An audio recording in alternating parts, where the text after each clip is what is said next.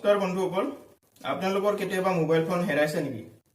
পুলিচে আইএমইআই নাম্বাৰৰ জৰিয়তে মোবাইল ফোন এটা ট্ৰেক কেনেকৈ কৰে? যিকোনো টেলিকম অপাৰেটৰ এটাই হেৰুৱা মোবাইল ফোনটো কেনেকৈ ট্ৰেক কৰি উলিয়ায়, এই গোটেইখিনি কথা জানিবলৈ ভিডিঅ'টো শেষলৈ চাই থাকক। ছাবস্ক্ৰাইব কৰি লওক টাৰ্ণছ উইথ এছপছাৰী ইউটিউব চেনেল আৰু কাষত থকা বেল আইকনটো প্ৰেছ কৰি ল'ব, আগলৈ এনেকুৱা টাইপৰ ইনফৰ্মেটিভ ভিডিঅ' পাই থাকিব। তো বলক এতিয়া ভিডিঅ'টো আৰম্ভ কৰোঁ। মোবাইলটো হেৰুৱাৰ লগে লগে আপুনি তিনিটা কাম কৰিব লাগিব।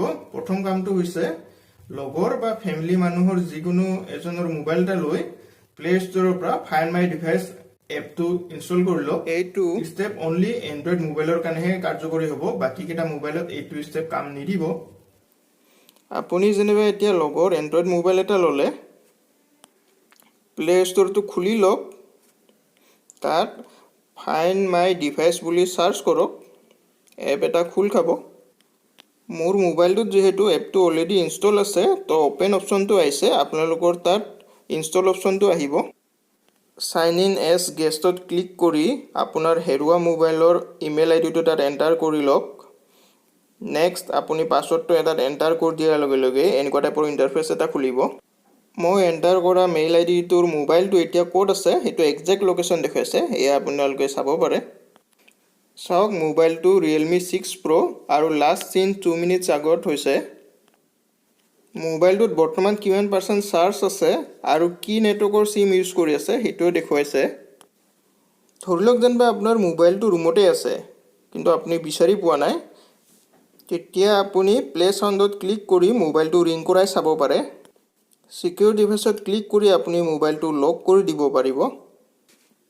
আপোনাৰ মোবাইলত থকা ডাটাখিনি আপুনি যদি লিক হোৱাটো নিবিচাৰে, তো এইটো এপ ইউজ কৰিয়ে আপুনি মোবাইলটো ফৰ্মেট মাৰিব পাৰিব। তাৰ কাৰণে আপুনি চিম্পল ইৰেজ ডিভাইচত ক্লিক কৰি মোবাইলটো ফৰ্মেট মাৰি দিয়ক। 2 নম্বৰ ষ্টেপটো হৈছে কি, আপোনাৰ মোবাইলত লাগি থকা চিম কেইটা যি নেটৱৰ্ক প্ৰভাইডাৰৰ হয়, তাৰে কাষ্টমাৰ কেয়াৰত ফোন কৰি আপুনি চিম কেইটা ব্লক কৰাই দিয়ক। আৰু থাৰ্ড ষ্টেপটো হৈছে আপুনি আপোনাৰ নিয়াৰেষ্ট লোকেশ্যনৰ পুলিচ থানাটোলৈ গৈ তাত এফআইআৰ এখন দি থৈ আহক। ইন ফিউচাৰ যদি সেইটো মোবাইল কিবা ইলিগেল কামত ইউজো হয়, তেতিয়া আপুনি নফচিব। এফআইআৰখনত আপোনাৰ কমপ্লিট ডিটেইলছ দিয়াৰ উপৰিও মোবাইলটোৰ আইএমইআই নাম্বাৰটো তাত মেনশ্যন থাকিব লাগিব। আইএমইআই নাম্বাৰটো আপোনালোকে মোবাইলটো কিনোতেই যোনখন বক্স থাকে তাতে লিখা থাকে। আপোনালোকে চিম্পল মোবাইলত *#06# টাইপ কৰিও আইএমইআই নাম্বাৰটো চাব পাৰে। এতিয়া আপোনালোকে আইএমইআই নাম্বাৰটো ক'ৰবাত নোট কৰি ৰাখক, ইন ফিউচাৰ কেতিয়াবা কামত আহিব। এইখিনি আছিলে আপোনাৰ মোবাইলটো যদি হেৰাই তো আপুনি কি কি কাম কৰিব লাগে। আপুনিতো এফআইআৰখন থানাত দি দিলে, তো পুলিচে আপোনাৰ আইএমইআই নাম্বাৰটো লৈ যোনটো কোম্পানীৰ মোবাইল হয় সেইটো কোম্পানীৰ লগত তেওঁলোকে যোগাযোগ কৰিব আৰু যোগাযোগ কৰি উঠি সেইটো আইএমইআই নাম্বাৰত কিবা নতুন নাম্বাৰ বা চিম এটা ইউজ হৈছে নেকি সেইটো ট্ৰেক কৰিব। এতিয়া যদি কোনোবা জেনুইন চিম এটা ইউজ সেইটো আইএমইআই নাম্বাৰত হয়, তেতিয়াতো পুলিচে গৈ ডাইৰেক্ট ফাইণ্ড আউট কৰি মোবাইলটো কালেক্ট কৰিব পাৰিব। চিমটো যদি ডুপ্লিকেট ডকুমেণ্টছ দি বনোৱা হয়, তো তেতিয়া পুলিচে সেইটো ট্ৰেক কৰিব নোৱাৰে।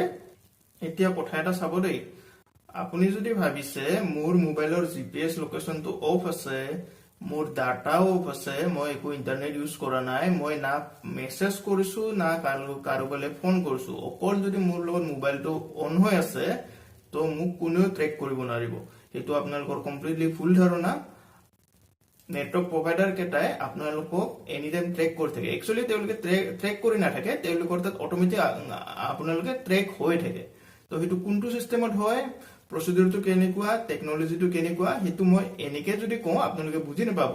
সেইটো মই কাগজ কলম লৈ আপোনালোকক অকণমান বুজাই দিওঁ, সেইটো চাই লওক। বন্ধুসকল, আমি এনেকুৱা টাইপৰ টাৱাৰটো আমাৰ চাৰাউণ্ডিঙত সদায় দেখিয়ে থাকোঁ। ছেম ছাৰ্ভিচ প্ৰভাইডাৰৰ টাৱাৰ নৰ্মেলি 10 কিলোমিটাৰমানৰ ডিফাৰেঞ্চে থাকে। আমাৰ মোবাইলকেইটাতো ডাইৰেক্টলি টাৱাৰৰ লগত লিংক হৈ থাকে আৰু এই টাৱাৰবোৰ বেণ্ডউইথ শ্বেয়াৰিং পদ্ধতিৰে কাম কৰে। তো চিম্পল ভাষাত ক'ব গ'লে এটা টাৱাৰে নিজৰ চাৰাউণ্ডিঙৰ 5 কিলোমিটাৰমান ৰেডিয়াছলৈকে নেটৱৰ্ক প্ৰভাইড কৰে। মই আপোনালোকক বুজাবলৈ চিম্পল এটা ড্ৰয়িং কৰিছোঁ। এইটো হৈছে টাৱাৰটো বুলি ধৰি লওক আৰু তাৰ এই 5 কিলোমিটাৰ ৰেডিয়াছৰ হৈছে এইটো সাৰ্কেলটো হৈছে তাৰ বেণ্ডউইথ তো সিম্পল ভাষাত যদি কওঁ সেইখিনি বেণ্ডউইথত মানে সেইখিনি এৰিয়াত এইটো টাৱাৰৰ পৰা নেটৱৰ্ক পায় তেতিয়া চাব গ'লে 10 কিলোমিটাৰৰ ডিফাৰেন্সে এনেকুৱাকে টাৱাৰ থাকে আৰু হিয়তৰ বেণ্ডউইথখিনি এই ধৰণে সাৰ্কেল আকাৰত শ্বেয়াৰ হৈ থাকে এটা ধৰি লওক এইটো হৈছে হেৰুৱা মোবাইলটো এতিয়া ফাৰ্ষ্টতে সাৰ্ভিস প্ৰভাইডাৰে ফাইন্ড আউট কৰিব যে হেৰুৱা মোবাইলটো কোনটো টাৱাৰৰ নেটৱৰ্ক পাই আছে সেকেন্ড স্টেপত ফাইন্ড আউট কৰিব যে মোবাইলটোত সিগন্যাল ষ্ট্ৰেংথ কিমান এতিয়া চাওক মোবাইলটো টাৱাৰ এৰ সিগন্যাল পাই আছে সিগন্যাল ষ্ট্ৰেংথৰ পৰা ফাইন্ড আউট আমি কৰিব পাৰিম যে টাৱাৰটোৰ ইখিনি কিলোমিটাৰ ৰেডিয়াছত মোবাইলটো আছে নেক্সট প্ৰসেছত নেটৱৰ্ক প্ৰভাইডাৰে হেৰুৱা মোবাইলটো আৰু বেলেগ এটা টাৱাৰৰ সিগন্যাল পাইছে নেকি হেতু ফাইন্ড আউট কৰিব ইয়াত আমি দেখিছো এই হেৰুৱা মোবাইলটো বি টাৱাৰৰো নেটৱৰ্ক পাই আছে তো ইয়াৰ পৰা আমি অনুমানিক আইডিয়া এটা উলিয়াব পাৰিম যে হেৰুৱা মোবাইলটো এপ্ৰক্সিমেশন এখিনি এৰিয়াত আছে এনেকুৱাকে হেৰুৱা মোবাইলটোৰ লোকেশন সাৰ্ভিস প্ৰভাইডাৰকে তাই ফাইন্ড আউট কৰে এক্সেক্টলি জায়গাটো ক'ব নোৱাৰিলো এপ্ৰক্সিমেশন আইডিয়া এটা কোৱা যায় এখিনি 1-2 কিলোমিটাৰৰ সাৰাউন্ডিংত হেৰুৱা মোবাইলটো আছে এখিনি অকল মোবাইল এটা ফাইন্ড আউট কৰাতে মাত্ৰ ইউজ নহয় সামথিং টেৰৰিষ্ট এক্টিভিটিৰ ক্ষেত্ৰতো সেম প্ৰসিডিউৰ এপ্লাই হয় হেতুৰ থ্ৰু দি ফাইন্ড আউট কৰিব পাৰি যে টেৰৰিষ্টটো বা যিকোনো তেনেকুৱা মানুহ এজন কোনটো লোকেশনত আছে